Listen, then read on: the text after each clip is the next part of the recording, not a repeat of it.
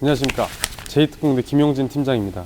오늘 입고된 차량은 포르쉐 카이엔 958 모델이에요. 2013년식 12만 킬로 탔고 엔진은 야수의 심장 8기통이 들어가 있습니다. 4.8 트윈터보예요. 이 차량이 왜 들어왔냐면 극심한 누유로 인해서 오일이 뚝뚝 떨어지고 탄내가 나고 그러다 보니까 이제 입고가 됐어요. 8기통 엔진을 탈거해서 풀 가스켓 작업을 하려고 해요. 가스켓을 교체하면서 이 엔진의 특성은 어떤 건지, 포르쉐가 추구하는 이 엔진의 형상, 8기통만 해도 어떤 설계 의미들이 자세히 보면 또 나와 있거든요. 그런 것들 토대로 저희가 한번 영상을 담아 보려고 해요. 누유가 얼마나 심한지 한번 차 떠서 한번 보여드릴게요. 포르쉐는 브레이크 캘리퍼가 너무 이뻐요. 색상이 레드라서 되게 이쁜 것 같아요. 맞아요. 우리가 흔히 말해서 고성능 브레이크다 이러면 빨간색을 많이 추구하잖아요. BMW는 이제 퍼포먼스 브레이크를 해서 파란색을 하고 얘기하고, 예를 들어 아우디 A6나 A7, Q8, Q7 이런 차량들에 들어가는 3.0 디젤 차량들도 누유로 인해서 엔진 탈거해서 작업을 하는 경우가 많아요. 가솔린도 마찬가지고요. 포르쉐 이 8기통 엔진도 결국에는 엔진을 탈거해서 작업을 해야 되는 부분이 조금 난해한 부분들이 많습니다. 이게 맞습니까? 부식이 될 걱정은 없겠는데요. 네. 엔진 하부가 오일로 범벅돼 있어요. 오일 팬도 마찬가지고 이곳저곳에서 오일이 많이 젖어 있습니다.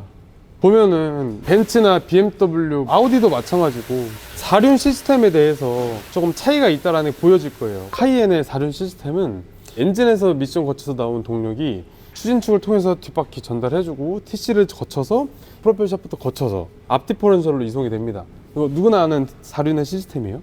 BMW나 벤츠들 보면 앞 디퍼런셜 항상 어디 달려 있었죠? 오일팬 근처? 그쪽에 달려 있었어요. 디퍼런셜은 오일팬에 박혀 있는 형상이 많이 있었어요. 공간에 제약을 많이 받아서 그렇게 설계를 했던 건지는 몰라도 그 부분에 대해서 과거서부터 사륜 진동에 늪에 빠진다라고 표현을 해요. 디퍼런셜이 엔진에 박힘으로써 동력 전달 매개체인 등속 조인트의 수리를 통해 길이의 변화로 인해서 진동이 생긴다든지, 노후에 따라서 차가 주저앉음과 동시에 엔진을 미는 이런 진동이 좀 많이 생긴다든지, 이런 것들이 굉장히 힘들었어요. 근데 카이엔은 보시면 디퍼런셜이 멤버에 장착이 돼 있어요. 이런 방식들이 대부분 G바겐도 그렇고 오프로드 형식 SUV가 대부분은 이래요. 국산차 통해서는 이제 모하비라든지 이런 차량들도 그렇고, 이런 시스템의 장점은 이 진동에 좀 자유롭다. 유지관리 면에서도 조금 더 좋습니다. 디퍼런셜을 탈거하는 과정에서 오일팬이 같이 엮여 있거나 공간이 안 나온다고 하면 정비함에 있어서 좀 어려움을 많이 느껴요. 이런 부분은 좀 굉장히 잘 만든 것 같아요. 카이엔도 어찌 보면 아우디 플랫폼을 쓰는 거잖아요. 그렇죠. 그러면 아우디 차종으로는 어떤 시리즈가 얘랑 흡사한 구조를 가지고 있는 거예요? 아우디라기보다는 4.8 트윈터보 8기통 엔진은 아우디나 이런 데는 쓰이진 않아요. 다만 이 플랫폼은 폭스바겐의 투아렉, 아우디의 Q7과 같은 플랫폼을 사용하고 있고요. 투아렉을 사더라도 밑에서 보면은 이게 카이엔인지 아닌지 모를 정도일 거예요. 다만 이 4.8 엔진은 제가 알기로는 포르쉐에만 쓰는 걸로 알고 있어요.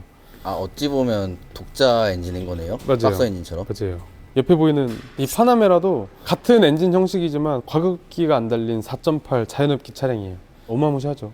지금 근데 봤는데 터보S라 그런가 배기 라인이 티탄 재질인 것 같아요. 무지갯빛 또는 이 매끄러운 재질, 엄청 비쌀 텐데 이거. 근데 티탄으로 하면 뭐가 좋은 게 있어요? 배기 음향이나 이런 것도 달라진다고 하는데 저도 사실 사용은 안 해봤어요. 제일 첫 번째가 경량하지 않을까 싶어요. 아마 이거 한 손으로 들 수 있을걸? 제가 내려서 한번 한 손으로 들어볼게요.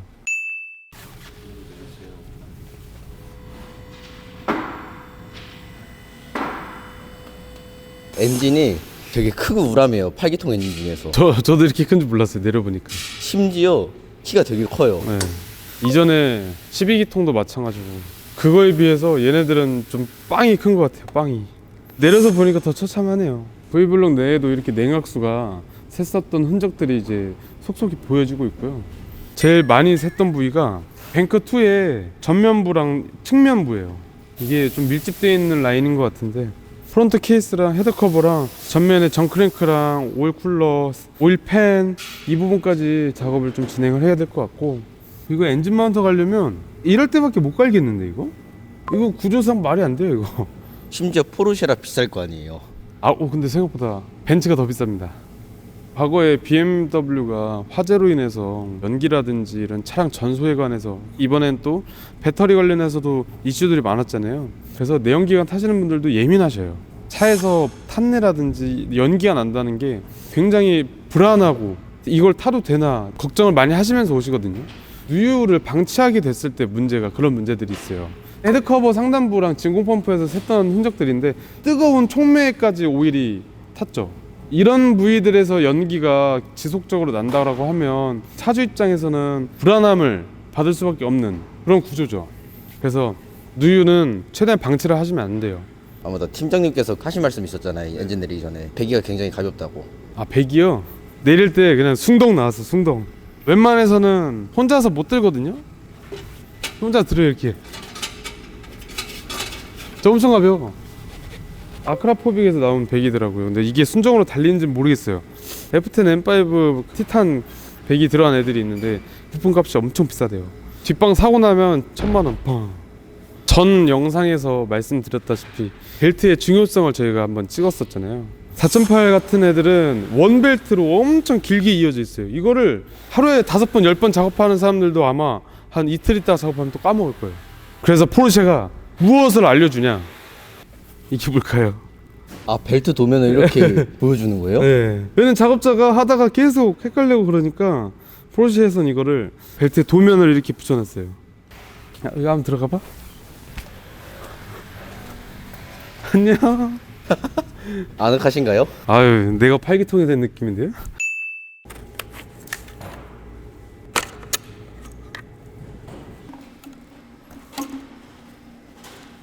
이야, 땡깡 부러져 버리네. 이제 그런 날씨잖아요. 난로 옆에서 하더라도 정말 매가리 없이 깨졌어. 아휴.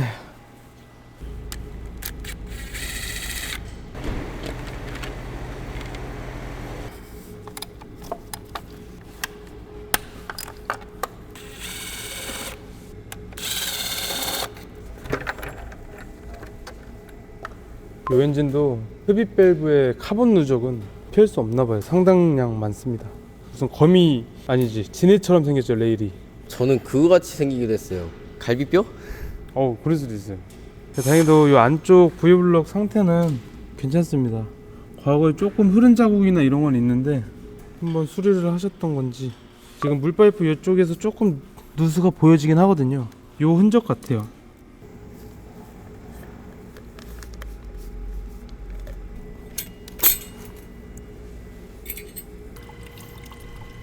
거품이 많이 나오는 거 보면 소포제가 다 된 것 같은데요?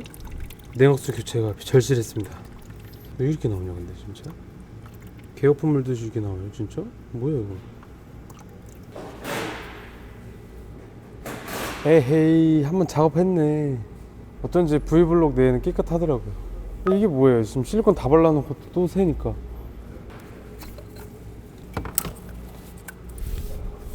와, 그냥 다 눌러붙었네요. 너무 봐봐, 장갑을 못 쓰겠어. 너무 오래 방치됐어요 지금.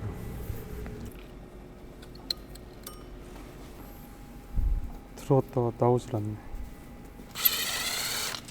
이쪽 부분이 프론트 케이스랑 상부 팬의 접합부예요. 이쪽에서도 지금 누유가 심한 상태고 반대쪽은 좀 너무 오래 방치됐어요. 이게 뭐야, 진흙벌도 아니고. 이게 먼지랑 뒤엉킨 거죠. 네, 먼지랑 오일이랑 아까 이 앞쪽 전면에 고무 호스들이 있었죠. 호스들이 냉각수 관로인데 냉각수 호스들이 불어버려서 나중에는 자칫 잘못하다가 그냥 찢어져 버리는 경우도 있어요. 왜냐면 반도는 계속 물고 있으니까.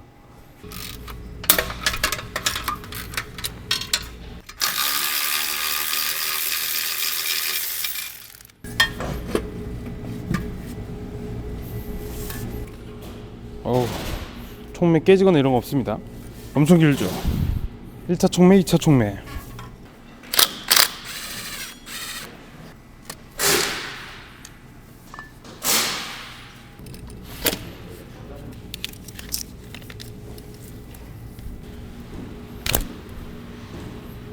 다 부러져서 나와 지금. 이쁘게 나온 것 같아서 한 코씩 여기 남아 있어요 지금. 지금 빼는 거 동시에 족족이 다 지금 깨지고 있어요. 이거를 고객님이 이해해 주시려나?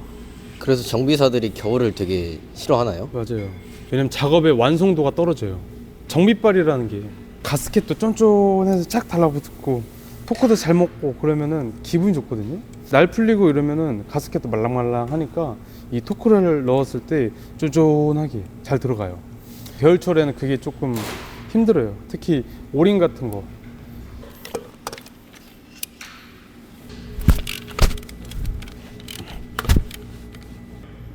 부러질 것 같아. 안 돼. 먹으면서 나와.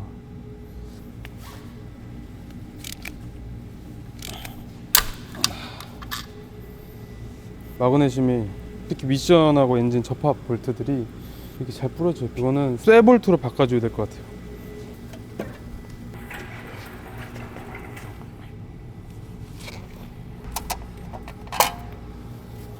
지금 보면 후크랭크도 상태가 많이 안 좋습니다. 이쪽 밑에도 오일기가 많이 있고 여기 위쪽에서도 흘러내린 게 있네요. 접합부에서도 조금 누유기가 보여요. 근데 이 부분은 좀 보여지진 않으니까 크게 문제될 건 아닌데 전면 쪽에서 좀 많이 새거든요. 후크랭크도 같이 교체 진행하면 될 것 같습니다.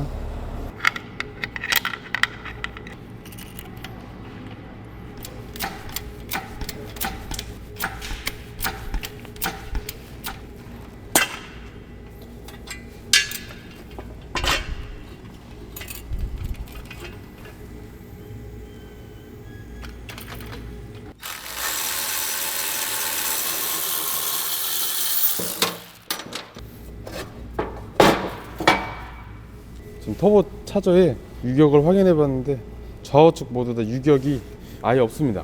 키로수 대비 연식 대비해서 터보 차저는 짱짱해요. 근데 더 웃긴 게 엔진 마운트도 교체를 해야 되는데 엔진 마운트가 이건 구조적으로 터보를 내려야만이 작업이 가능한 것 같아요. 포르쉐는 정비사를 위한 차는 아닌가 봅니다. 지금 보신 것처럼 누유의 흔적들이 굉장히 많은데 이 편에는 닦고조 의자를 보여드릴게요. 시청해주셔서 감사합니다.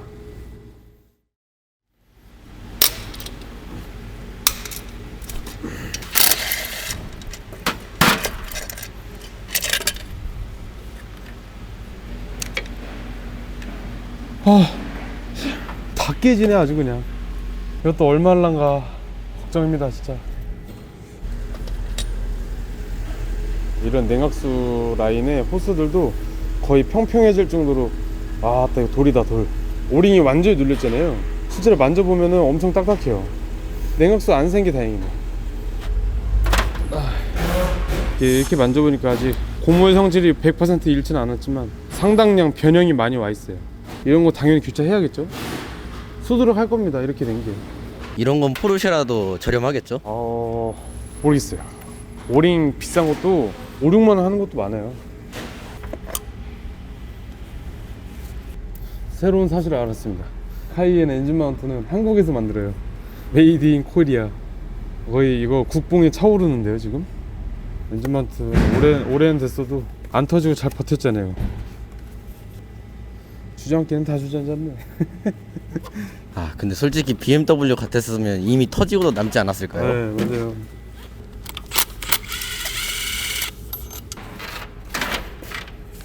냉각수가 들어가는 라인이 있죠. 순행식 발전기입니다. 발전기를 순행식 냉각수로 식혀줘요. 봐봐요. 다 사갔죠 지금. 갈변되고. 이것도 주문해놨는데 이런 변수들이 많을 거예요. 그래서 조금 무서워요 지금.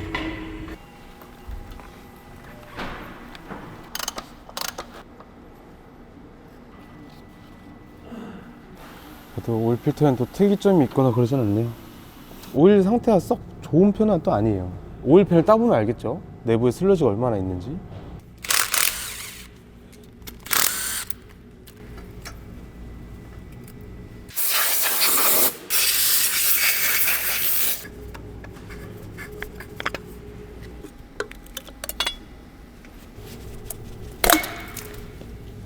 이게 이제 서머스탯인데요.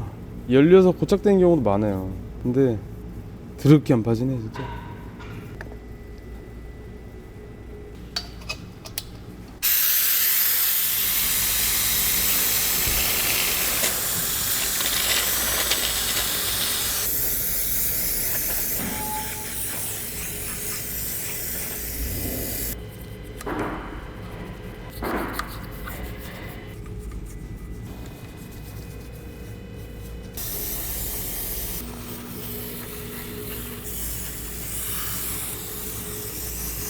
일차로 탈거하기 전에 간단하게 세척 먼저 했고요. 오일 라인이 있다 보니까 먼저 세척 진행한 이후에 탈거를 하는 게 작업 순서도 맞고 정신 건강에도 좋습니다.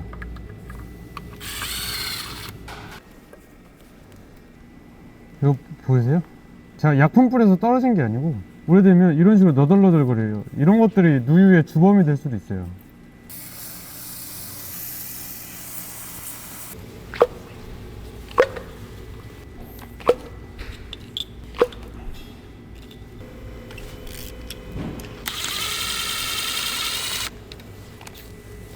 플러그 팁 끝단의 전극 상태랑 연소 상태를 보면은 엔진 내부에 오일 소모도 많이 심하진 않고 점화 플러그도 한번 교체를 하셨네요. 관련된 소모품이나 이런 것들은 잘 교체를 하셨나봐요. 무슨 부셔지는 소리가 나네.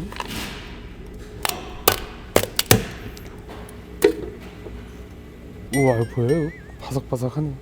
봐봐, 이거 완전 돌덩이네. 이게 뭐야? 아까 오일 꽤 더러웠었잖아요. 근데 엔진 내부에 슬러지가 하나도 없어요. 이게 재질 차이인지는 몰라도 이 면에 뭔가 달라붙어 있지가 않아. 엄청 깨끗하죠. 이 정도면 12만 탄 게 아니라 4만 탄 거 아니에요? 네, 그 정도로 깨끗해요. 지금 좀 특이점을 발견했는데 이게 환기 라인이거든요. 이런 식으로 뭐가 이렇게 잔뜩 녹은 것처럼 이어져 있어요. 이렇게 오일도 아닌 것이 진흙처럼. 292M3 헤드커버 알죠? 292M3처럼 내부에 페인트가 혹시 녹거나 코팅면이 벌어지거나 이런 걸 봤는데 특별하게 그렇게 보여지는 건 없어요. 다만 요 라인이 좀 의심이 되네 지금. 그래, 이게 가스켓이지. 만지는 촉감부터가 달라요. 이거 진공펌프도 바꿔야겠는데? 여기서도 많이 샜네. 여기랑 여기 사이에 겉판 겉 케이스인데 여기서 종종 새는 경우가 있어요. 벤츠 차량들도 마찬가지고 이 부분에 새면은 뭐 특별하게 할 수 있는 게 뭐 실링이라도 한번 더 해줄까? 이거 한번 제가 저렴하면 교체하고 비싸다 그러면 좀 실런트라도 해야 될 것 같아요.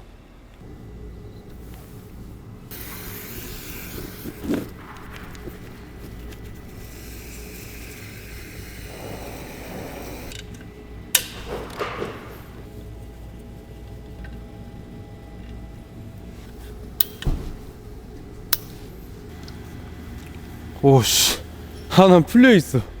진동에 의해서 계속 풀리나봐요. 사이즈 맞춰갖고 이거 세블토를 바꿔줄까?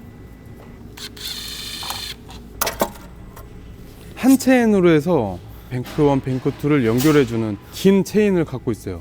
그러다 보니 구조적으로 이 U자의 가이드가 굉장히 크게 설계가 되고 양 사이드의 가이드도 크게 설계가 될 수밖에 없는 구조예요. 그래서 체인이 예를 들어 조금이라도 늘어난다든지 이래버리면 이 체인의 파손이 정말 잘 일어날 것 같은 형상을 갖고 있어요. 다행히도 체인 가이드가 깨지거나 놀고 있거나 이런 거는 크게 보여지는 건 없거든요. 얘도 마찬가지로 작업하려면 타이밍을 잡고 프론트 케이스를 탈거를 해야 됩니다. 프론트 케이스에 체인 텐셔너가 달려있기 때문에 캠축을 안 잡고 다는 순간 체인이 확 돌아가 버려요. 이쪽 양정을 보면은 밸브를 누르고 있는 상황이에요. 그럴 때 힘 받아 있으니까 해제가 되면은 얘네들이 탄성에 의해서 캠축이 체인이랑 이탈돼 버려요. 그리고 이제 흡기를 보면은 좀 신기하게 생기지 않았어요? 벤츠에서 봤던 거랑 비슷해 보여요. 맞아요. 캠트로닉 시스템하고도 비슷한 형상인데 캠트로닉하고의 차이는 이 캠축은 그냥 계속 도는 형태입니다. 캠축에 대한 어떠한 변화가 없어요. 이 부분은 하이캠, 그 안쪽은 로우캠이에요. 이 부분이 어떻게 제어가 되냐, 캠축의 큰 양정은 이 유압 탭핏을 누르게끔 되고 가운데 있는 로우캠은 가운데 밸브를 누르게 돼 있어요. 이 뒤편에 보면은 유압 제어 솔레노이드가 달려 있어요. 이 제어로 인해서 밸브 탭핏의 유압이 형성이 되면은 하이캠으로 작동이 되는 거고, 유압이 형성이 안 되면 중간에 로우캠이 작동을 하는 시스템이에요. 근데 이런 시스템을 적용시키는 이유는 뭐예요? 이제 흡입량을 늘린다라는 개념인데, 흡입량을 가변적으로 늘린다라는 이유는 중고속 영역대의 공기량을 더 많이 빨게끔 만들어준 시스템이야. 이거 비슷하게 우리가 밸브트로닉도 있죠. 밸브에 눌리는 양을 조절하는 모터가 달려있기 때문에 정말 세밀하게 조절이 가능하지만, 포르쉐 같은 경우에 그냥 하이캠을 쓸 거냐 로우캠을 쓸 거냐에 따라서 두 가지 선택지밖에 없는 거죠. 아마 이런 작동에 대한 로직은 세밀하게 잘 돼 있을 거예요. 체인도 보면은 한 줄짜리가 아니고 두 줄짜리예요. 안심이 되잖아요. 두 개 있거나 한 개 있거나 뭐 차이는 없는 거 아니에요? 더 튼튼하죠. 사실 영구라고 하지만 정확히 말하면 반영구예요. 반영구적인 이 체인이 열 팽창과 혹은 물리적인 힘에 의해서 조금의 유격이 생기면 0.1mm씩만 생긴다 하더라도 몇 호예요. 이게 많이 늘어나겠죠. 이런 거를 조금 방지하고자 개수를 늘린 거죠.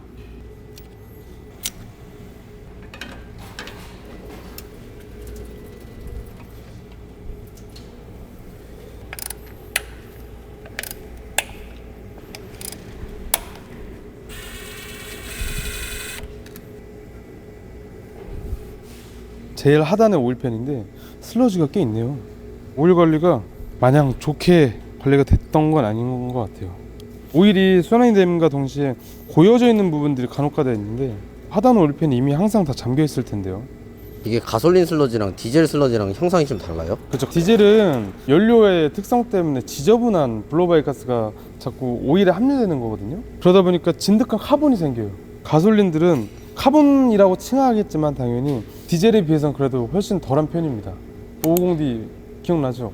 아, 네, 기억나죠. 그거 너무 더러웠어요. 네, 그런 것처럼 오래되고 그러면 그래요. 이런 식으로 고여 있어요. 이건 오일이 아닌 것처럼 보이죠? 이 오일 라인을 막는다라고 하면 캠축의 제어에 대해서 설명드렸었잖아요. 그렇죠? 그런 관로의 솔레노이드 밸브가 이런 걸로 인해서 막혀버린 경우도 있어요. 그래서 중요한 1차 거름망이 있습니다. 그게 바로 스트레이너. 오일 스트레이너예요. 큰 조각들을 거르기 위한 겁니다. 가이드의 파손이라든지 내부에 더 이상 영향을 주지 않게끔 1차적인 거름망이에요.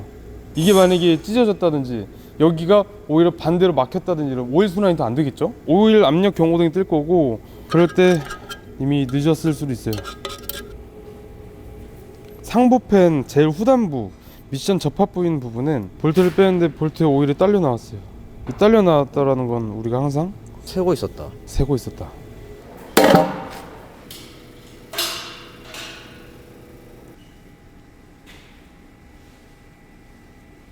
오, 한 방에 나왔어요. 중간에 끊겼으면 진짜 불편할 뻔했는데.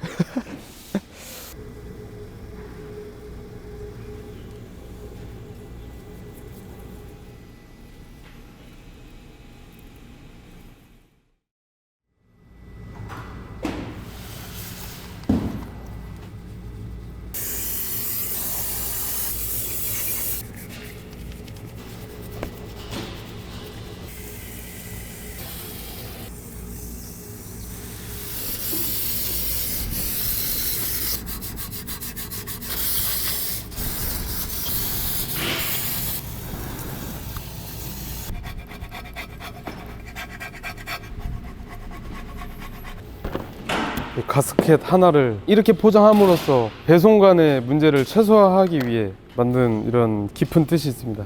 너무 마음에 드는데 포르쉐? 가스켓이 휠 염료도 없잖아요. 네. 휘어갖고 막 반품치고 막 그래야 되니까. 그 유럽 차들은 친환경 플라스틱 그런 거 많이 쓰잖아요. 네. 이 포장지도 친환경 종이 막 그런 걸까요? 그러지 않을까요? 현대기아도 그렇게 많이 바뀌었잖아요. 에어컨이나 박스 같은 것들 친환경으로 해서 포장지 바뀌고. 내 생각에는 일반 그냥 박스인데 펼친 것 같아요. 포르쉐 박스 테이프 갖고 싶다.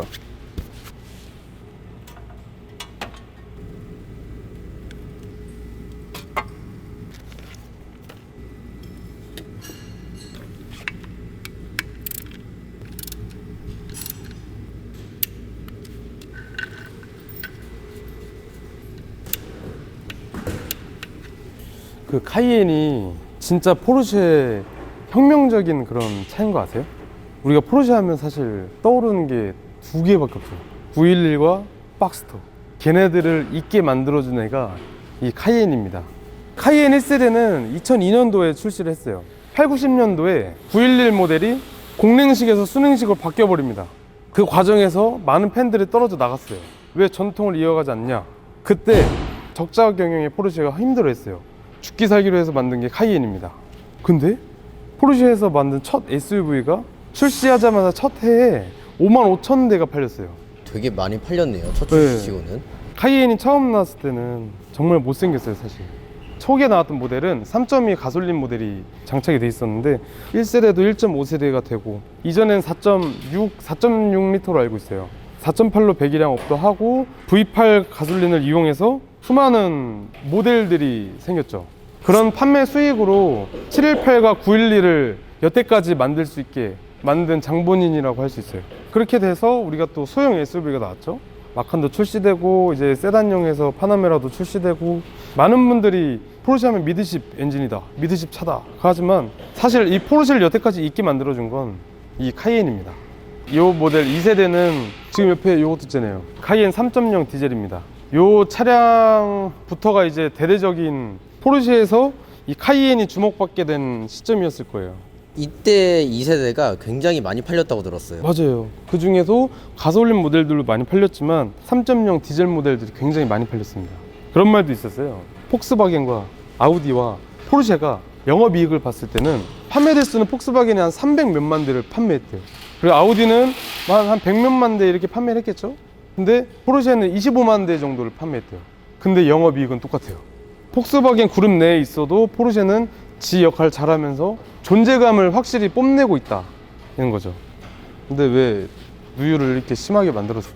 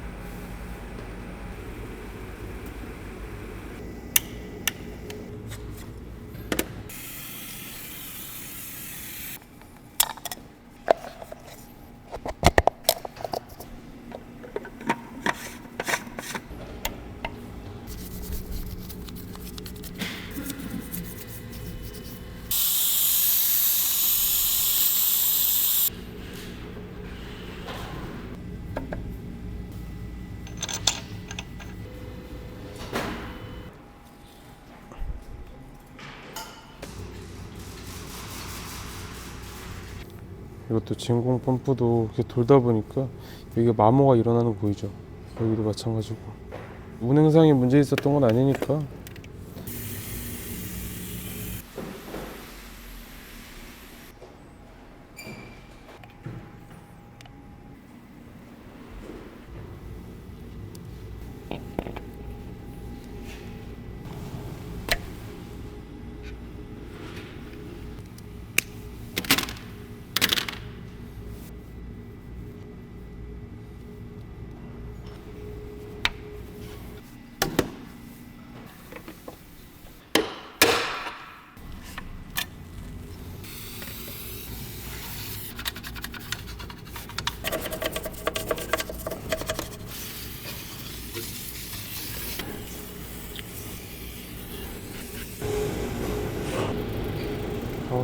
면발 잘 됐어요. 짜장면 한 그릇? 뭔 소리지?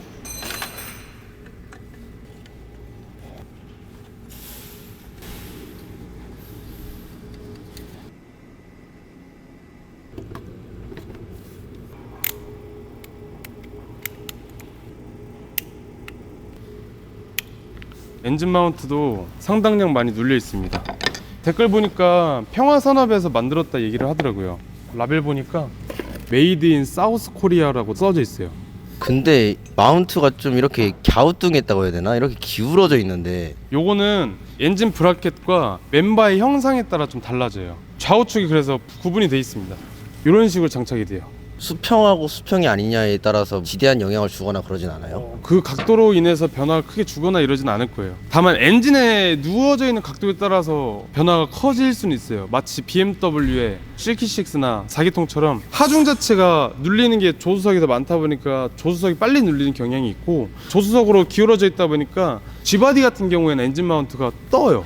스포츠 모드나 혹은 조금 악셀링을 전개했을 때 엔진이 들썩이는 현상이 있습니다.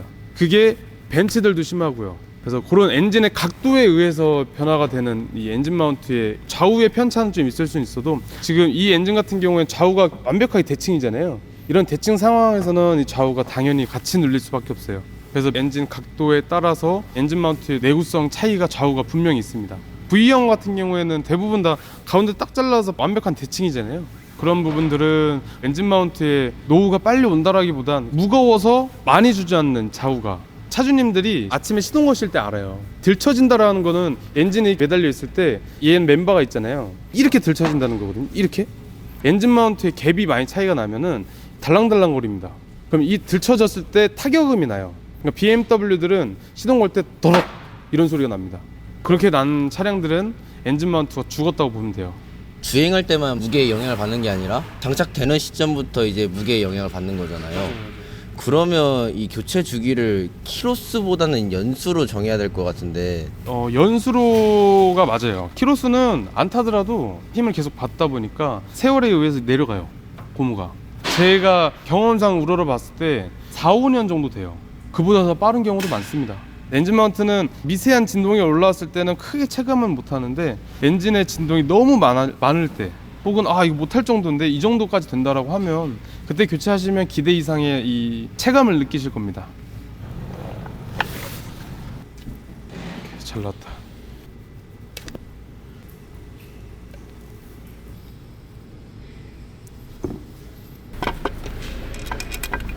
이게 이제 오일 압력 센서예요.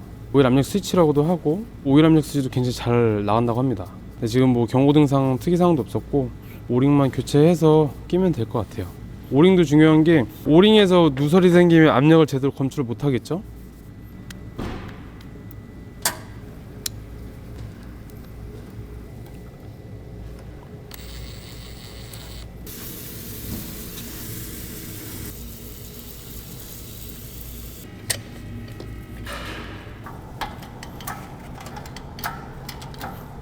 그래요.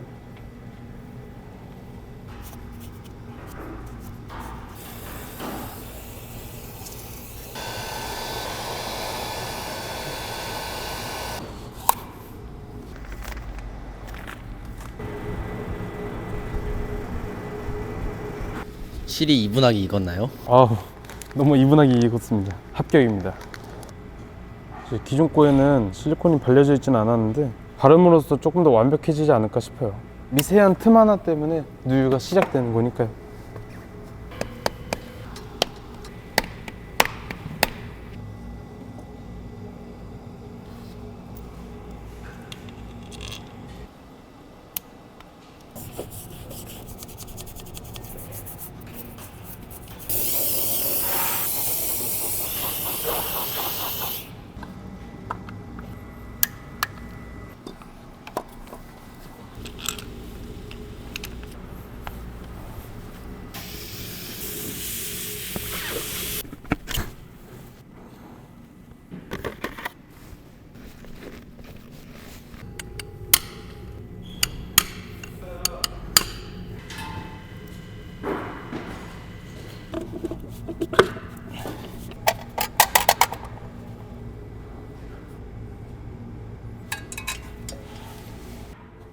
됐어. 앞으로 밀어줘 이제.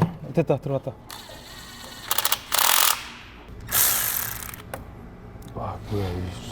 그래도 이 친구들은 좀 친절한 것 같아요. 배출구가 있으니까. 크게 두 가지 부류로 나눠져요. 전자 모터가 달려있는 전자 제어 트랜스퍼 케이스가 있고, 상시 사륜 기계적인 트랜스퍼 케이스도 있어요. 전자 제어 들어가면 장점이 뭐냐면, 모드에 따라서도, 주행 환경이나 이런 거에 따라서도 모터가 제어함에 있어서 앞에 구동 배분 얼마나 줄 것이냐, 그런 제어를 세밀하게 한다라고 보면 돼요. 요즘은 LSD도 뒤에 좌우측을 각자 제어하는 모터가 하나씩 들어가서, 후륜 디퍼런셜도 모터가 2개 들어가는 타입들이 있어요. A45 AMG나 CLA45 AMG나 이런 차량들도 이런 모터가 뒤에 디퍼런셜에 2개가 달려 있습니다. 클러치와 체인을 이제 교체를 진행할 건데, 교체함에도 나중에 이 모터에 대한 캘리브레이션이 안 되면 똑같아집니다. 중요한 역할을 하고 있어요.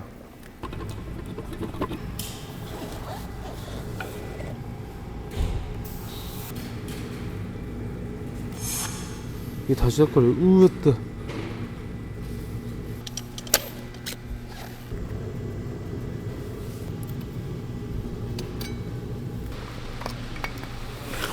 지금 보시면 플레이트가 많이 갈린 흔적들이 보이죠.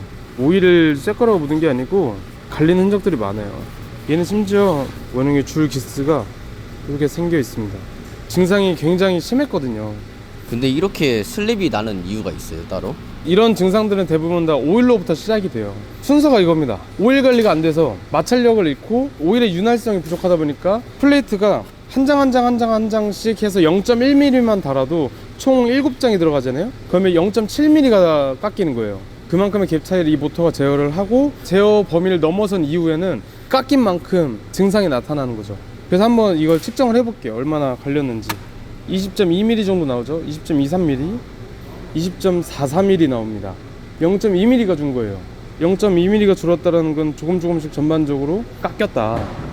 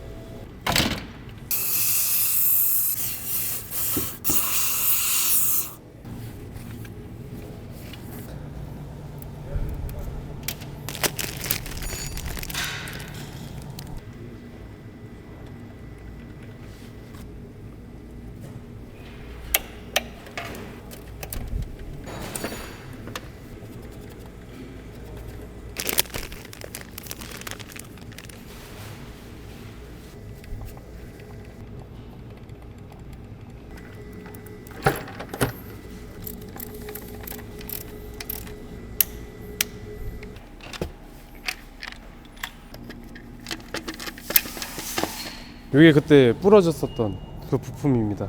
이런 식으로밖에 안 나오더라고요. 경화에 의해서 부러지는 것들은 미리미리 예방으로 바꿔주는 것도 좋은 방법 중에 하나예요. 이런 걸로 인해서 뭐 공기량 관련된 경고등이라든지 이런 게 불편을 줄 수 있어서.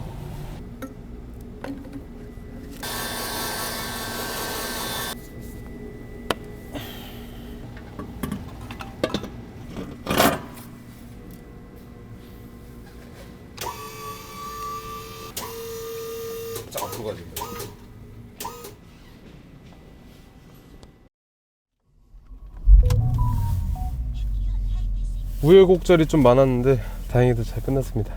엔진 한 번 더 내렸어요. 냉각수가 이상한 데서 새가지고, 그래서 엔딩이 조금 늦어졌는데 그래도 마무리 잘 돼서 한번 같이 타보시죠. 날씨가 많이 추워져서 냉각수 관련해서나 오일 누유에 관련해서도 문의를 많이 주시거든요. 근데 조기에 잡아야 돼요. 조기에. 다른 부위에 영향을 주지 않을 정도 선에서 빨리 조치를 받아야 됩니다. 포르쉐가 대단한 것 같아요. 여름이건 겨울이건 아무리 타도 냉각수온이 90도 고정이에요. 그만큼 열을 빨리 올려주는 뭐 로직 같은 게 있나 봐요. 네. 열도 빨리 올려주고 올라갔다 싶으면 유지를 잘 해주는 것 같아요. 성능이 좋다라고 하고 효율이 좋다라고 하는 거죠.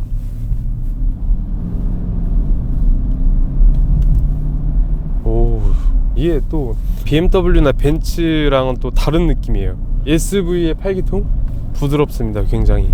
저도 좀 아쉬운 게 뭐냐면 카이엔이나 이런 차량들은 PDK가 안 들어가잖아요. 이 차량이 아이신 8단 미션이잖아요. 미션이 다 말하고 뭔가 엔진은 불타오르고 나 겁나 빨라 하고 있는데 미션이 슉 처지게 만들어요. 그리고 승차감도 차고 높은 파나메라 같아요. 무게 롤 중심 자체가 살짝 위에 있는 듯한 느낌?